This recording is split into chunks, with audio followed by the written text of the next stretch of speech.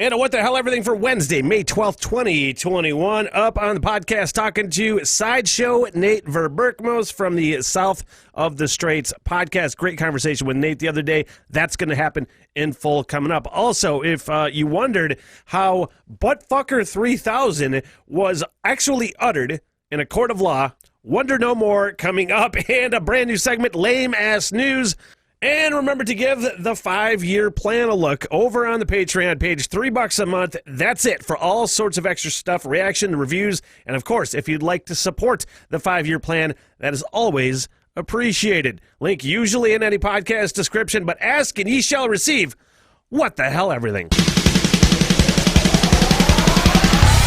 What the hell, everything? I'm Smitty. Welcome to the What the Hell Everything podcast. I can say that as of this podcast is being recorded Wednesday the 12th, tomorrow will be my 6th month anniversary of no smoking. I can't even tell you how happy I am to get to the 6th month non-smoking point. Been struggling with it for years. This is the longest I've went without cigarettes since I've been 15? 15? Man, I'm on the record. I was talking about it on the morning show when I was doing that, and on the podcast as well.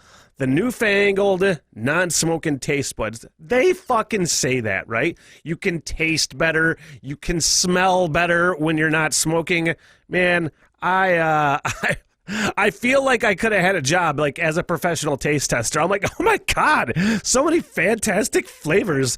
And it's so funny, even with as stressed out as I have historically been over the last year or so, the last 6 months, I haven't really had any urge to smoke. That's how you fucking know that you're over it. And I'm over it, and I'm done.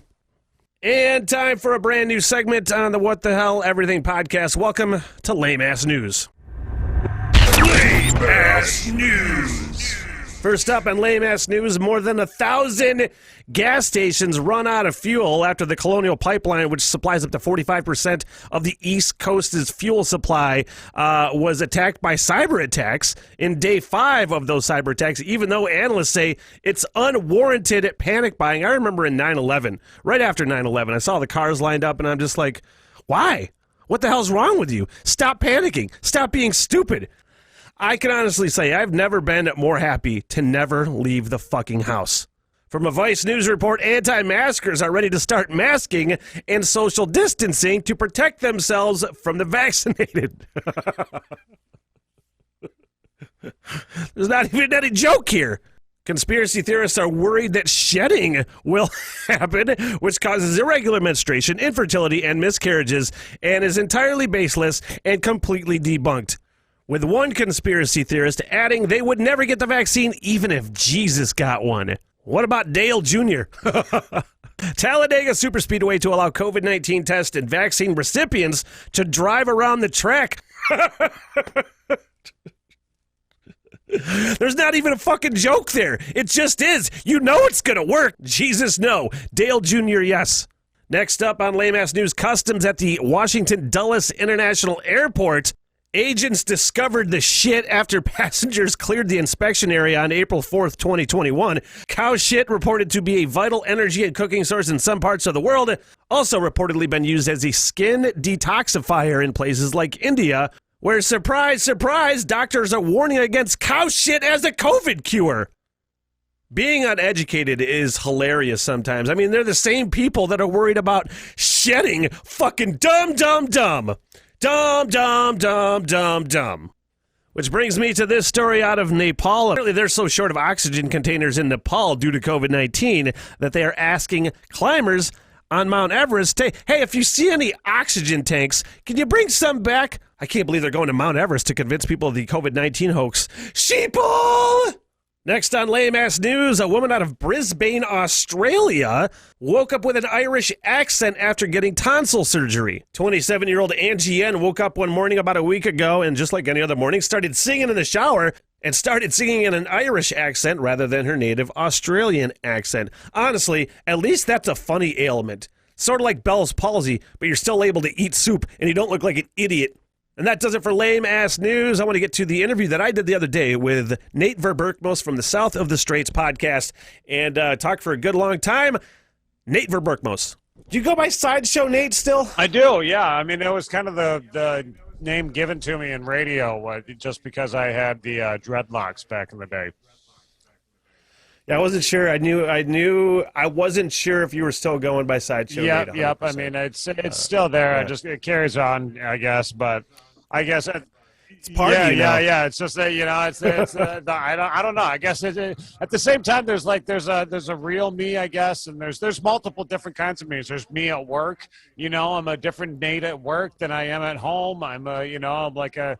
It's just that I think everybody is too. We all play multiple roles in life, and Well, you and Dan were cool enough to have me on the podcast last night, so I appreciate it. Thank you, the South of the Straits podcast, and we were talking about that very thing with what did you just say? Because I fucking had it and I lost my my thought. What did you just say? The way that life is, for the most part, is just where the way that we wear many different roles in our lives. I mean, we all kind of I don't know, act differently and. Well, yeah. So my point is that I told you yesterday on the podcast that I did my morning show down here in the basement for like 9 months. My brother, who is my roommate, we're best friends. But the fact that we lived together, and he was unemployed for a large portion of that as well because he was at Art Van. So the fact that he had to listen to my fucking show and just every day just melding with my overall personality, and it's not all it's cracked up to be when you got to hear it all the time. No, I mean, I remember actually my brother, maybe that's one of the reasons that I don't talk to my brother. He joined a religious cult. I don't know. Maybe that was the thing, was just being a shitty brother or something like that. I didn't get along with him, because my personality was completely clashing with his, Dude, I love my brother to death, and if I could get him to join a religious cult, that would be fucking amazing. It would be like the thing, just to push him to that point, or. Yeah, I mean that's a real accomplishment, So how are you, man? Nate Verberg, Sideshow Nate. Good. I'm going on 3 years sober here pretty soon too. I'm just about to that magical Good for you, point. Man. Yeah. Where I think that the last time that I fell off the wagon, I was around this sober right here, and but I don't have that happening this time. I got a completely different viewpoint on life and the way that that I should be, and the way that I can handle situations in my life versus trying to run and just drink my life away for the most part. Dude, and you actually are really putting that to some really good proactive use. We'll get into South of the Straits because you guys are doing cool new shit as well. So we'll get into that. But how long ago did you start? Tell me the name of your is it Sober Living podcast? Sober, Living Sober Living up north. Yeah. That was a podcast that I had started, about a year or so into the sobriety. Where I kind of realized that I have an ability to help others just simply by talking to others. I mean, it's kind of following along with a lot of the things that AA itself does, where it's a group of people that are sitting there just really bitching about their problems. That's the best way that I could put AA. And then they're seriously figuring it out. And they're understanding their problems and how to go on with their lives. And I was like, a podcast of just a couple people doing that, would be something that could be helpful for other people. Not using AA as the core values of it, but that is obviously something that influences everything. But it's not like we're not blasting out AA the entire time. That's one thing that is not happening in the podcast. Dude, I said the same thing on the morning show. I had said the same thing about the podcast, that I treated that as a form of therapy, especially during the pandemic and shit, just when everything was going fucking haywire. And just talking about it with everybody, and people are relating to you on the same thing. It's at a different level, but that's 100%, dude. It's 100%. You know, when I first got sober, the first time that I had gotten sober, I had that's when I had quit radio because you know, I mean, I turned into a raging alcoholic in radio, and that was just I think it just went along maybe with the scenario, the scene of it, but I think I took it to a little bit farther than I was supposed to. And, you know, I got to the point where I was drinking every single day. It was terrible. And from morning till night, because I was on the morning show, you know, like I would have to get up early in the morning. I'm still drunk. I'd take a shot before I'm working, you know, so that I can just function. Yeah. And it was, but I had gotten sober, and I started doing the podcast. And that was kind of like my thing right there. That just kind of like I got sucked into something that was positive as opposed to negative, you know, like that's one thing with sobriety, I think, is that it's a completely mirrored image. When you get sober, you look at all the things that you do in your life itself, and it's kind of like the exact mirrored image of what you did when you were drinking or using or whatever, you know. I mean, that's what I've noticed with sobriety. It's getting to that point though, you know, like you can't, I mean, getting sober sucks. that part is like maintaining it seems to be a little easier. Yeah. Once you get the tools that are in your life, you know, I mean, because you got to go to programs, you got to go to something, have some sort of a support system. That's just the only way that you're ever going to get through anything. And, that was what really helped me. I mean, I was lucky enough, you know, I'm one of those people that was lucky enough to get my second friggin' DUI, but lucky enough, I mean, seriously, because I could have been dead. I mean, that's the other option was being dead or killing somebody else, you know. I mean, I was lucky enough to get another DUI, and, you know, those things happen. Shit happens in life, and you have to go on. You figure it out. Because I don't know, I don't like going to jail. Jail kind of sucks. Because shit costs a lot of money. You get out of jail, your life is kind of like, oh, what'd you just do? Oh, I was in jail for 6 months or something. You know, I mean, it's just you don't really want that type of a reputation. I don't think a lot of people, even people that do get in trouble and get in jail, I don't think they really want that type of a reputation, you know, hanging on their shoulders.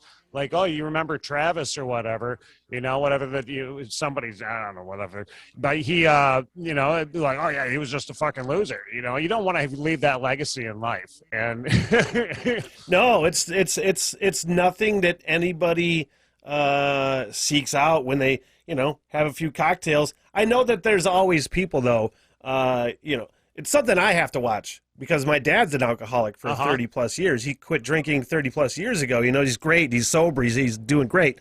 But as you know, that's in my genetics. So that's definitely something I got to watch. Yeah. You know? Yeah. Yep. So going back to the podcast, how many people have come to you and said, dude, you really helped me to either A, get sober, or I'm totally relating to what you're talking about, or this sparked this, or anything like that? I've had a few people that have sent me private messages and stuff like that, but you know, it's good to know that it helps somebody in some way. But the main thing, it was at the time when I was doing it, and I got to make another season. That's one thing that I really got to get on is starting to make a second season. It's just I've been so swamped with other shit that I've got in my life, you know, like I've piled everything on, but just to stay busy, you know, and but the knowing that I'm helping somebody, it really helps me. And when we were doing the podcast, it was able to help me deal with a lot of situations. And I don't know. I mean, I don't have. I'm not sure. I think it could use a lot more downloads on Anchor. You know, I mean, you can listen to it on Anchor. That's the one spot that I've got it right now because I didn't really go all out on that. I was. I mean, at the time when I was first starting the podcast and finishing it, it was right around the time that I was getting out of sobriety court, and so it was like. You know, as soon as I got out of sobriety court, I got just full steam ahead into the business, you know, like the business aspect of the podcast, you know, like taking this thing to a different level because I had a little bit more freedom, you know, I had it was like, okay, I'm out of the court's eye right now, you know, like let's get some shit done that I got to get done. And that's what unfortunately, I've just been on that kick, like just business with this place over here now that I haven't had any time to turn my attention towards the podcast. Dude, let's talk about that. Let's talk about the podcast. Yeah. That's exciting, dude. I've just watched your shit. I've watched your shit grow over the last, I don't know, like you said, 3 years now, 4 years now, maybe. It's growing. It's looking great, man. We got into YouTube instead of doing the audio version of the podcast, because that was another thing that was just like, it was taking up so much time, and it really is a pain in the ass to fucking edit a podcast afterwards. The amount of time that you take into it, you look at it, a half an hour podcast, you got at least an hour of editing at that point, And I got tired of that, and I just decided, let's go with this live format. And we got into the YouTube with the live cameras, I know I got a fucking addiction or some shit, man. I got to really look into this. Buying cameras, okay? Maybe this is my crutch, from not drinking, is buying cameras now. And I bought them. I acquired them all. And now I decided, let's do something with them. I got all this shit. Let's do something with it. We got the space. We're over here at AV Studios off of East Carter Road in Graylickville. Just right across from Apache Trout and Grill. That's where Carter Road is. That's that road that's right across the street from Apache Trout. But we got all the cameras set up. We got 12 cameras that are on the stage in here. With they're all HD cameras, the webcams, granted they're not the HD DSLR type of cameras, not fucking made of money. That's not the way that things are, we're working with what we got here, but at the same time, they're good cameras. These are like industry standard cameras that people use for streaming, all the Twitch geeks that are out there and all that shit. So, and they look great when the bands are up there. We had Citrus Orange. They had a great performance. They were like the first band that actually performed here at AV Studios, and after go ahead, No, I was going to say, so you're doing a lot of live streaming out of there. Then you're going to start doing live streaming this weekend. I think you got one. This is where everything is blown up to now. Is that we're doing live stream concerts, live concerts for bands from all over Michigan. We got Gordy Garris, who's coming in here in a couple weeks. We got Revelation Rain. They're from downstate, I think in the Lansing area. They came up here actually. They were the first band to ever play on the stage as far as like the virtual concerts go here. And they're a Christian metal band, so it was like the stage. We had a blessing that a little fucking. I thought you had the neon. Yeah, that's what we need, something cool like that, man. We're working on a green screen backdrop right now that we're going to be putting down all around the back of the stage. So that's another thing that we'll be able to implement into a lot of the videos. Like we can put weird shit behind the band if they want. So yeah, dude, it's so cool, man. I was talking to Brad Hall, he's a comedian, and he does the Drunk Nature podcast, and we were just talking about just how, and I think we were talking about it with you last night on South of the Straits, is that this freedom to just do whatever you want. I always said this, especially when I went to the radio show. I love coming up with the ideas, and I love the end result. I fucking hate all the work in between because I am terrible at following through on details and shit, man. The pain in the ass aspect of it, because that's where I get lost in it, and that's where I think it goes back to that, trying to stay sober. Because when I was drinking I was actively drinking and trying to continue to run this podcast. That was like the craziest shit in my life, I don't know what I was thinking, It was really a lot of work, and I don't know. It caused issues in personal relationships, and that was mainly the alcohol. But I'm one of those people that's just got to like how Elon Musk. I mean, the motherfucker's sending the people to Mars and shit. This guy's got to have like that one of those types of brains that just does not stop. He said that on SNL he's got the Asperger's, and that is one of those things where, man, if you get him to focus on something, fucking hey, you ain't gonna stop focusing on it. Yeah. And I'm the same way in a way. I'm not like Elon Musk. No, I'm not not a fucking genius, but I always need to have projects. Yeah, I need to have projects to do, or I'm fucking bored and I the hate devil's everything. hands are the idle hands are the devil's playground, so. Yeah. But no, the podcast is going great. We of course we would always love other people to check it out. Yeah, I mean that's one thing. The South of the Straight show there, man. We wanna push that too. Is that that thing is that's been a project for the Michigan music scene, and what we do here, like we have a few different things, like the AV studio side of like creating all the live streams and stuff like that. That like the live concerts, that is that does have a fee that goes along with that. But on the South of the Straight show, we've never had a fee. Like if a band wanted to come in here, play like 2 or 3 songs during the show, be a guest on the show, and all that stuff, we're totally up for that. We'll have the live stream rolling. I mean, they can perform like 2 or 3 songs. That's kind of I don't know. That's kind of cool, for the aspect, I think. But it gives you.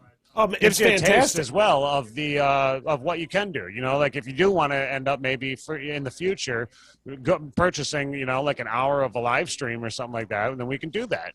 But I mean and we're not making a bunch of shit and freaking money off of this over here, guys. Like this isn't something that we're paying rent. That's it.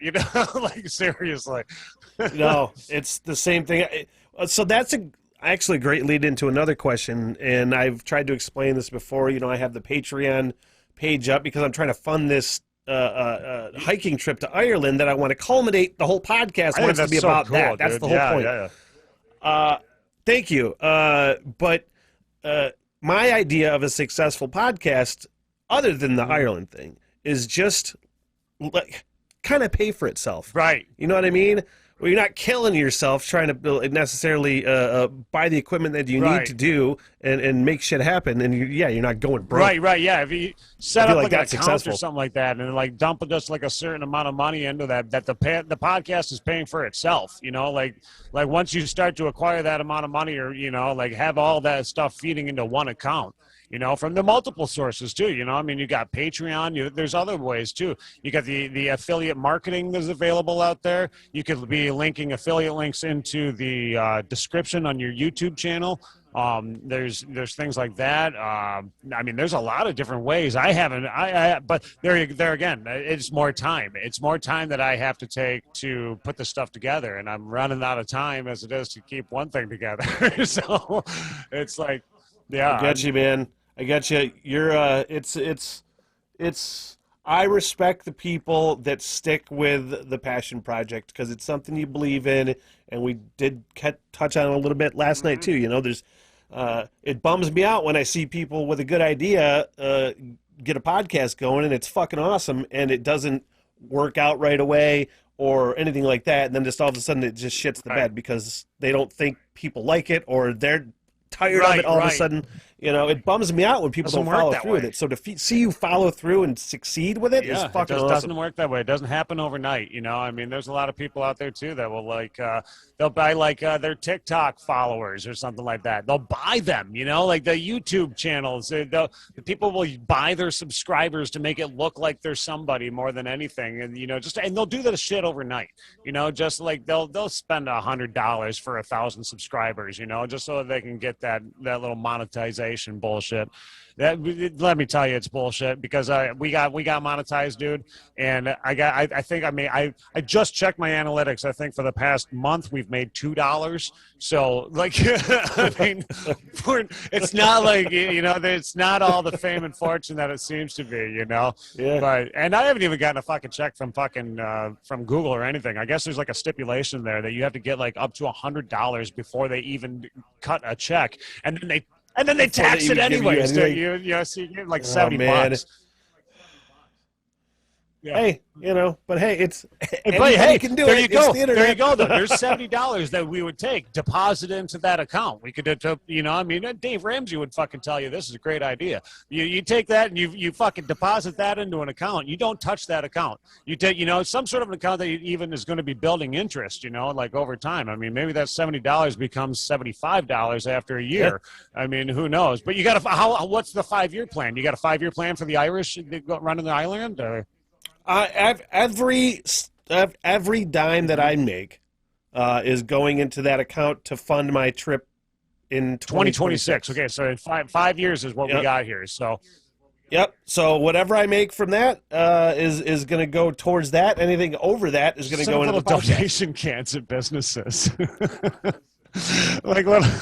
I mean, I did a GoFundMe. That's kind of the same thing. You know? Like local businesses that are out there that I mean, yeah, there's a lot. You've got a presence in the community. You know, I mean, that's one thing too that we could you could almost utilize, I guess. But you know, I mean. Honestly, I just the best idea in the world because I'm kind of known as the guy that swears a lot, so I could just get a swear jar and just fucking I just get a swear jar. Every time I say fuck, it's a quarter. Oh shit, fuck, damn it. Nate Verberkmos from the South of the Strays podcast, dude. I am pulling for you, man. You're fucking killing it. I'm totally impressed every time I look at your shit, and you're doing great stuff. Thank you. And I'm glad that you guys are killing it too with the multiple podcasts. I mean, that's that right there. Like when I was talking about doing time, like the amount of time that it takes, you're crushing it with that much content that you're putting on that's another thing you got to have all the time when you're doing a podcast is content. You're creating content. You know, like that's the one thing that Google loves, dude. They love the video, they love the fucking audio. They, the typing more than anything. More words that you can put out there on the internet, the better. And oh no shit! I never really even thought of it like that. I am putting a shit ton of content out. I didn't mean to. No. That's pretty much all I was saying. I don't know. Oh no, but it's just because I'm not working at the job that I'm going to be at yet. I'm going to be bartending. It's just not open yet. So now I just have to my goal is after leaving the radio station to figure out how much time I need to successfully do all of these podcasts that I'm doing, how much time I'm going to need, because I do produce all of them. There's not anything I do live, but that's only because I have an anxiety about just things fucking up. Right. Live. Yeah, I know it's a pain in the ass too, especially running on OBS and all that stuff. Like that's, I mean, it can be a fickle bitch. That's I got hooked up with emusic.com. Actually, I've been producing some of the live streams for them. They actually, I'm doing it for bands that are in different parts of the world and shit. You know, and that's kind of a cool little gig right there, man. It's not all the time, really cool. But that's another thing that I recently did. I also, you know what, I just realized just popped in my fucking head. You know, I've never been interviewed except for by one other person before, and that was Goose Wayne. Do you remember Goose Wayne from the Dr. Phil show, the guy that dressed up as Batman? There was a guy that dressed up as Batman and was on Dr. Phil because he swore to God that he, was Batman. It was just lived his life every day as Batman. Goose Wayne, yeah. If you ever check out Goose Wayne on YouTube, you'll see him. He interviewed me actually, and I was like, what the fuck, Goose Wayne, man? Because we scored an interview with him. I actually paid $5. I paid him $5 on his super chat on YouTube so that he would. but the $5 scored us an interview with him, and then in return he interviewed me for fucking whatever reason. I barely even knew the guy, but. We built a friendship. That's awesome. The deal. That was kind of cool. But Goose Wayne and now me. Yeah. Hey, Nate, I appreciate it, man. It's good to talk to you as always. Get you on at some point again. Man. Have a good night and keep on rocking on the which podcast am I on right here? Which one? What the hell everything? Okay, podcast. What the hell everything? Six Facts of Mars or We Three Smiths or no? Everything was. That's right. We talked about this last night. I forgot. Yeah. Yeah, I mean, it's confusing. That's why I just got to do it. I have to gain some sort of have to keep them consistent, like you were saying, but that way people know if they've once you do it for a while, they're like, oh, I know what you're doing now. Yeah, it took me forever to change my logo, dude. I was like, man, I don't want to lose that logo because once they get used to that logo, then that's what people will signify as. And then once I got rid of that logo, it was the happiest day of my life. I was like, all right, I'm onto a new fucking logo. And then I wanted to make another one, and I couldn't stop making fucking logos. Thanks again to Nate, and I have a feeling you'll see him on again at some point. A couple videos we want to look at with the What the Hell Everything podcast before we get going. Man, I have become such a fan, and really a fan, of all of the fucking Zoom court cases, because you didn't be able to used to do this. I mean, you would have to either go to a courtroom or catch a live feed somehow on the internet or whatever. You couldn't just watch, go on YouTube and watch court sessions. And I'm not even St. Joseph. I wish I would have got where this story was out of. It's out of the United States somewhere. Where, if you're not familiar, on Zoom, you put your name, whatever you're logging in as. And I'm pretty sure this guy forgot that he was logged into Zoom as Buttfucker 3000. Then we'll bring this fool in. There he is. Oh, he's not on yet. Oh, no, Buttfucker 3000. Judge is Good morning, sir. What's your name? Me? Yeah, you. Yes. Nathaniel Saxon. fucking Sir. Nathaniel. Your name's not Buttfucker 3000, you yo-ho. What? Logging into my court with that. The audacity to log in as Buttfucker 3000. You know what happened. He probably logged into Zoom once. He had to do it with some friends or something. Hadn't been on Zoom in forever and forgot about it. And then all of a sudden he is Buttfucker 3000. Forever, by the way. That guy is never not going to be Buttfucker 3000. Name. Why I'll would that? discuss that in a little bit. What kind of idiot logs into court like that? What's your name Buttfucker 3000 does. Nathaniel Saxton, sir, but I don't believe that I typed anything like that in. Well, that's I don't what it believe says. that. Honestly, that is some guy going, oh, fuck, I forgot I was Buttfucker 3000. Well, I We'll discuss that in apologize. a bit. That should not Yeah, be. you should. I'll put you in the waiting room. You can sit in limbo for a while and think about what you call yourself He online. changed it. Honestly, I'm surprised there weren't more people laughing. It's a good goddamn thing I wasn't in that fucking courtroom, because I know for a fact that I would have been laughing my balls off. Because just the very name, aesthetically, like, Buttfucker 3000 is just a funny thing to say out loud. Makes me want to sing it. I'm not on the radio anymore. I can sing it. Buttfucker 3000. Let's talk about the phone book, shall we? Seriously, this is out of Australia, but the same goes here. I don't know how many phone books they print off. And in this story, it's called Yellow, similar to the Yellow Pages, where one of the citizens in Marlborough, Australia, took a survey of 1,000 people, and 96% said they did not use the phone book. And they're sending out 2 million phone books in this particular region. So apparently, whoever's selling the phone book is telling advertisers it's in 90% of the households. You know how misleading that is? I saw something on Facebook posted from somebody that I know, and it was something hilarious about the phone book. People are advertising on this. What mastermind is fucking selling advertising on the phone book? Because, like in this story, they say 90% of households. It's in 90% of the households. 5% of people are reading the phone book, and they're all over 80 years old. Even my grandmother knows how fucking Facebook works and how to Google stuff. There's no need for a phone book anymore. At the very least, it should be like a la carte. Whoever orders a phone book, you get a phone book. It costs $5.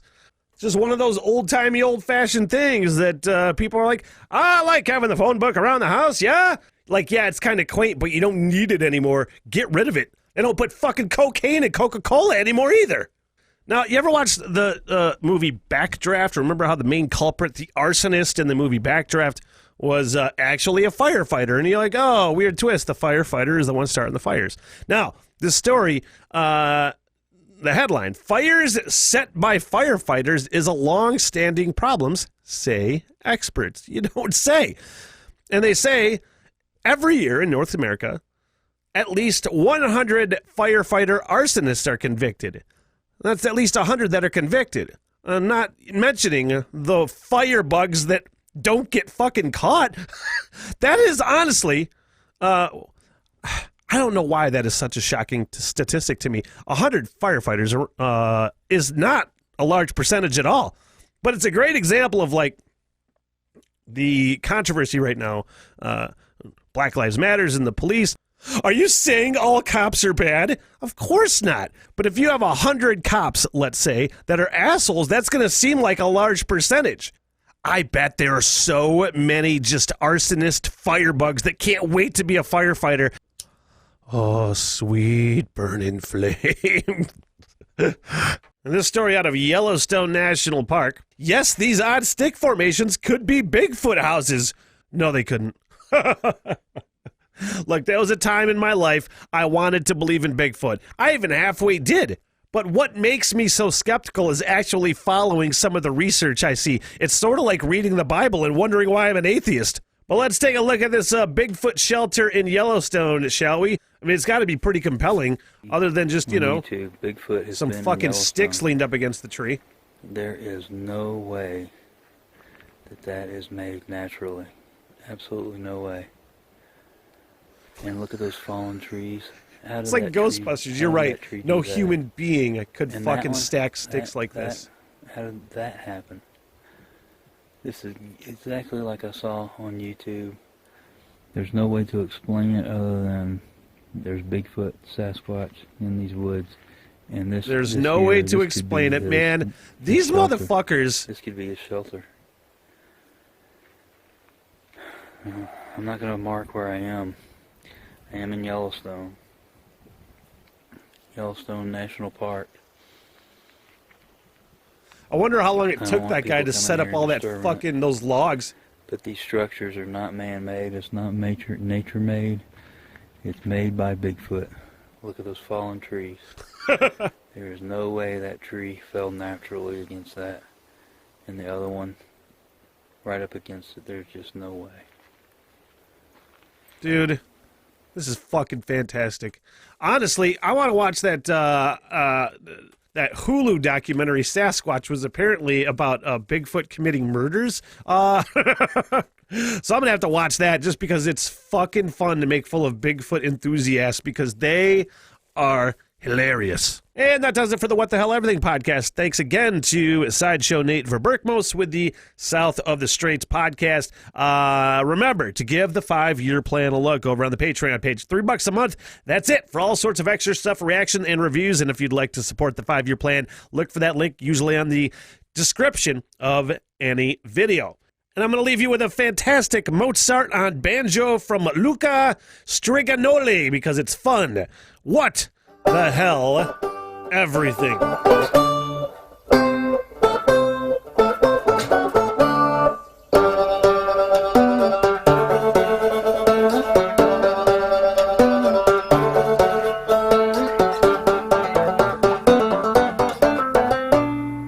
What the hell? Everything.